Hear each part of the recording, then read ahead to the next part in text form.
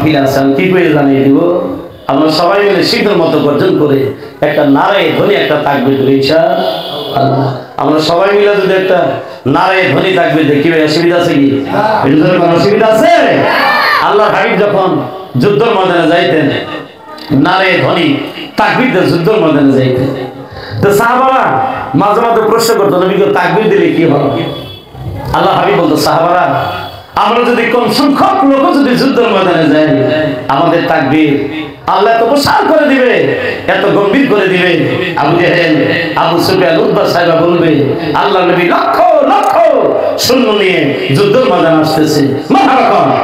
তাই নবী যদি তাকবীর দিতে পারে, আমরা পারবো ইনশাআল্লাহ। সবাই তো হাতটা বাড়াই দেন তো ভাই, কেউ কমই করে একেবারে বাড়াই দেন। হ্যাঁ, এবারে একটু মুখ করেন, দেখেন হাত মুখ করলে হাতের মধ্যে শক্তি আসে, গিরে আসে না? একটু পরীক্ষা করে দেয় না কি না? হাত নামান। নবী কইছে কেউ যদি বল লাগে না পারো, হাত উঁচু করে মুখ করবো, মুখ করে তোমার বড় মার ভালো না, কিন্তু মাইনুন হুজুর আইলা নদী দেবে তাই যা হয় না।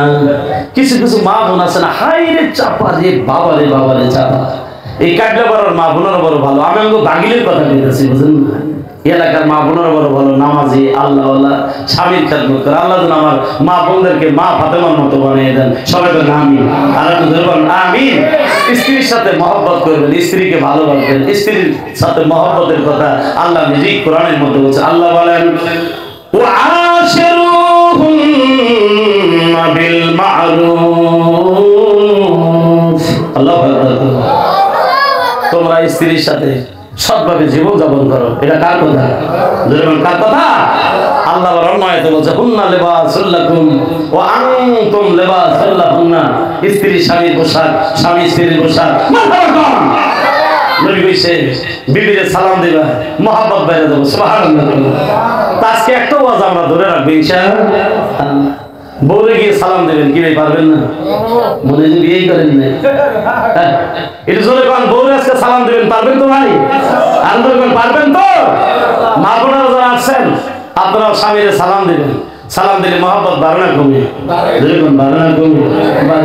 আমার ভাইরা, কেউ যদি বিবি একবার সালাম দেয়, আমার মালিক আমার আল্লাহ তাআলা তার আমল আমার 500 নেকি দান করে দেয়। সুবহানাল্লাহ। কেউ যদি কোনো মা বোন স্বামীর সালাম দিলে গো, আরে ওই মা বোনের আমল নামা আমার আল্লাহ তাআলা 500 নেকি দান করে দিয়ে দিবে।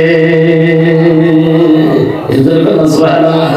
তাহলে আজকে আমরা সালাম দেব ইনশাআল্লাহ।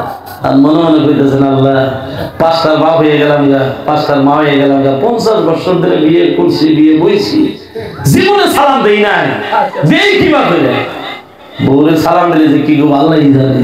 আজকে সাহস করে দিবেন আমার ভাই। আগে আগে আবার হাসা দেন না, বাইতে যায় সালাম দেবে হাসাজি কইরেন। হ্যাঁ, এটা ঘরের দরজায় টোকা দেওয়ার লগে লগে, খোলার লগে লগে আসসালামু আলাইকুম তো বাবা রে জানি। আজকে কোন পাগলা মুড়ির ওয়াজ শুনেছে সালাম দেয়, বিবির পাগলা মুড়ির ওয়াজ শুনে নাই। আল্লাহর হাবিব স্ত্রীর সাথে সালাম দিতেন। জোরে বলেন সুবহানাল্লাহ। আর বলেন না সুবহানাল্লাহ। হযরত আবু বকর সিদ্দিক রাদিয়াল্লাহু আনহু রে হযরত আলী রাদিয়াল্লাহু আনহু দেখা হইলেই সালাম দিত। মারহাবা। অনেক মানুষ আছে দেখা হইলেই সালাম দেয়, কি ভাই দেয় না? জোরে বলেন দেয় কি না? তো হযরত আবু বকর দেখলেই আলী সালাম দিতেন। একদিন হযরত আবু বকর সিদ্দিক রাদিয়াল্লাহু আনহু নবীজির দরবার আসতেছেন, আর হযরত আলী নবীজির দরবার থেকে বাড়ির দিকে যাইতেছে। তখন দুজনের সাথে কাছাকাছি হয়ে গেছে। আবু বকর সিদ্দিক তো জানে যে আমারে তো আলী সালাম দেয়। হ্যাঁ, তো কাছাকাছি হয়ে গেলেও আলী সালাম দেয় না। আবু বকর সিদ্দিক নিজে দিলেন আসসালামু আলাইকুম। আলী ওয়ালাইকুম আসসালাম। আর আবু বকর সিদ্দিক আল্লাহ আলী কেমন রাগ করছে, গুসা করছে, কেন আমারে সালাম দিল না? হযরত আবু বকর সিদ্দিক নবীজির দরবারে চলে গেলেন। আমার ভাইরা, হযরত আবু বকর সিদ্দিক নবীজির পাশে দাঁড়ায়া দাঁড়ায়া ডাক দেয়া বলে, ইয়া রাসূলুল্লাহ, বলেন নবী গো, হযরত আলী প্রত্যেকটা দিন আমার সাথে দেখা হইলে আগে সালাম দেয়, আজকে যেন কেন দিল না? কিসের জন্য যেন আমার আগে সালাম দিল না? আল্লাহর হাবিব ডাক দেয়, সাহাবানা রে যা আমার আলীর একটু ডাক দে। সাহাবানা দৌড়াইয়া যায় হযরত আলীর পাশে দাঁড়ায়, কালী রে সরকারের দো আলম রহমাতাল লিল আলামিন তোমারে ডাকতেছি। হযরত আলী পাগলের মতো দৌড়াইয়া আমার দয়ার নবীর সামনে এসে দাঁড়াইছে। সুবহানাল্লাহ। ও আমার ভাইরা, ও বন্ধু,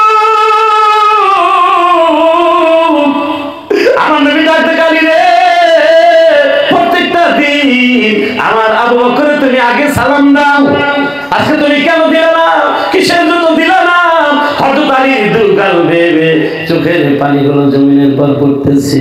আমার নবী ডাকলো কালিরে, প্রশ্ন করলাম, প্রশ্ন জবাব তুমি দাও না কেন, তুমি আগে সালাম দাও নাই?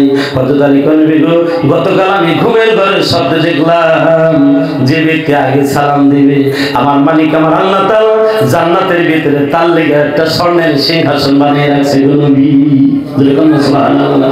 ডাকতে বলেন ইয়া রাসূলুল্লাহ, ইয়া হাবিবাল্লাহ, আমি যদি আগে আলী সালাম দিতাম সিংহাসনের মালিক আল্লাহ আমার বানিয়ে দিত। মারহাবা খান। ও নবী গো, হযরত আবু বকর বড় মুরব্বি মানুষ, আমাদের সবার মুরব্বি উনি আগে সালাম দিলেন, ওই সিংহাসনের মালিকটা আমার মালিক আমার আল্লাহ তাআলা আবু বকরই বানিয়ে দিয়েছে। সুবহানাল্লাহ। তাহলে সালাম দিলে লাভ না ক্ষতি? তাহলে আজকের থেকে আমরা সালাম চালু করে দেব ইনশাআল্লাহ। আচ্ছা ভাই যদি ভাইরা সালাম দেয় শরম আছে? পোলায় যদি বাবারে সালাম দেয় শরম আছে? তাহলে আমরা আগে একটা তাকবীর দিলে একটা তাকবীর দেব ইনশাআল্লাহ।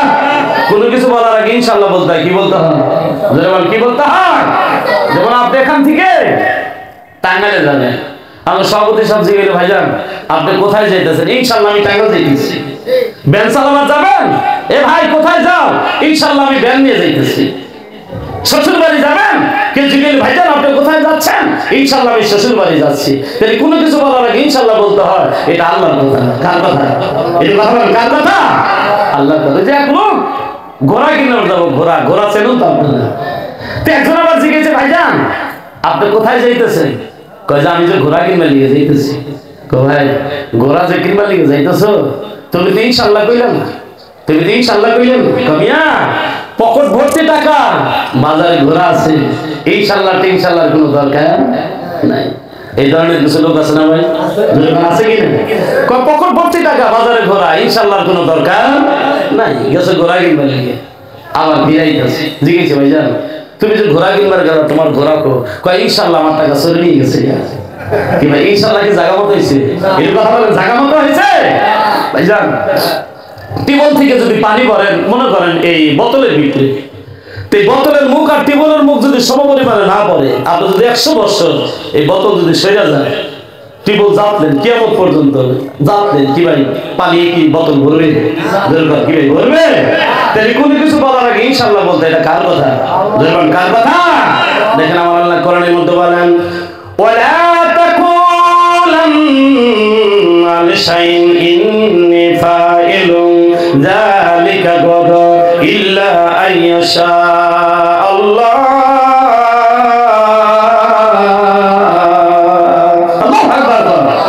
কোনো কিছু বলার আগে ইনশাআল্লাহ বলতে হয়। এটা মানুষের কথা না, আল্লাহর কথা। কার কথা? কার কথা? তাহলে আমরা একটা তাকবীর দিই ইনশাআল্লাহ। সবাই একটু গলাটা পরিষ্কার করে না, এটা ভালো করে কাজ করে দেন ভাই। আপনারা তো দলিকি মাহফিলে গিয়ে তাকবীর দেন না, কি ভাই দেন কি? আর আমরা প্রত্যেক রাত কথা বলতে হয়। আমার এবার বেশি খালি কালেকশনের মাহফিল, মসজিদ মাদ্রাসা, হ্যাঁ খালি কালেকশনের মাহফিল আমার ভাইরা। হ্যাঁ কালেকশনের মাহফিলে তো বেশি কথা বলা লাগে, ঠিক আছে না? আজকে আমার আলহামদুলিল্লাহ কালেকশন করা লাগলো না, এই জন্য ওয়াজ শোনাইতেছে। আপনারা তো বেরোতে দিতেছেন না আমার ভাইরা। আর আধা ঘন্টা টাইম যদি কথা বলে অসুবিধা হবে না তো?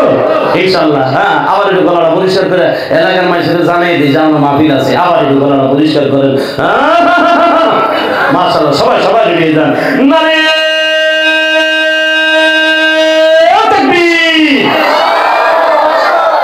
লোক হিসাবে কিন্তু লোক তো আমার মোটামুটি কিছু তো আছে ইনশাআল্লাহ, জানিয়ে দিই যে আমরা মাহফিল আছি, বুঝলেন? সবাই সবাই সবাই রেডি যান। নারে তাকবীর, নারে তাকবীর, লিল্লাহি তাকবীর, লিল্লাহি তাকবীর। আল কোরআনের আলম, আল কোরআনের আলম, আল হাদিসের আলম, আল হাদিসের আলম। কোরআন হাদিস যেখানে, কোরআন হাদিস যেখানে, গান বাজনা যেখানে।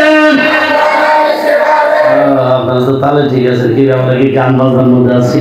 আমরা জান্নাতের বাগান আছি। সুবহানাল্লাহ। ওই যে তেলে চলে তেলের গাড়ি,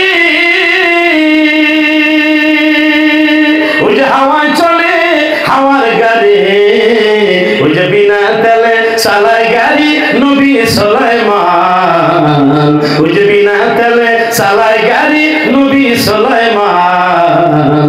আমরা সেই মুসলমান, আমরা সেই মুসলমান। মুসলমানের দাম আমার আল্লাহর কাছে আছে কিনা? আছে কিনা? এই জন্য আল্লাহ নিজে কোরআনের মধ্যে বলছেন ইন্না দ্বীনা ইনদাল্লাহিল ইসলাম, ইসলাম ধর্মটা আল্লাহর কাছে মনোনীত ধর্ম। ইসলাম ধর্মের উপর কোনো ধর্ম নাই। কি আছে কি? ভাই আমি বলছিলাম গুনাহ আমরা করেছি, মাফ করে দেওয়ার মালিক কে? আর নজর বলুন কে? আমার ভাইরা, আল্লাহ যদি ক্ষমা না করে, আল্লাহ যদি না মাফ করে, আমার আপনার উপায় আছে? হযরত মুসা আলাইহিস সালাম বলে, হযরত মুসা আলাইহিস সালাম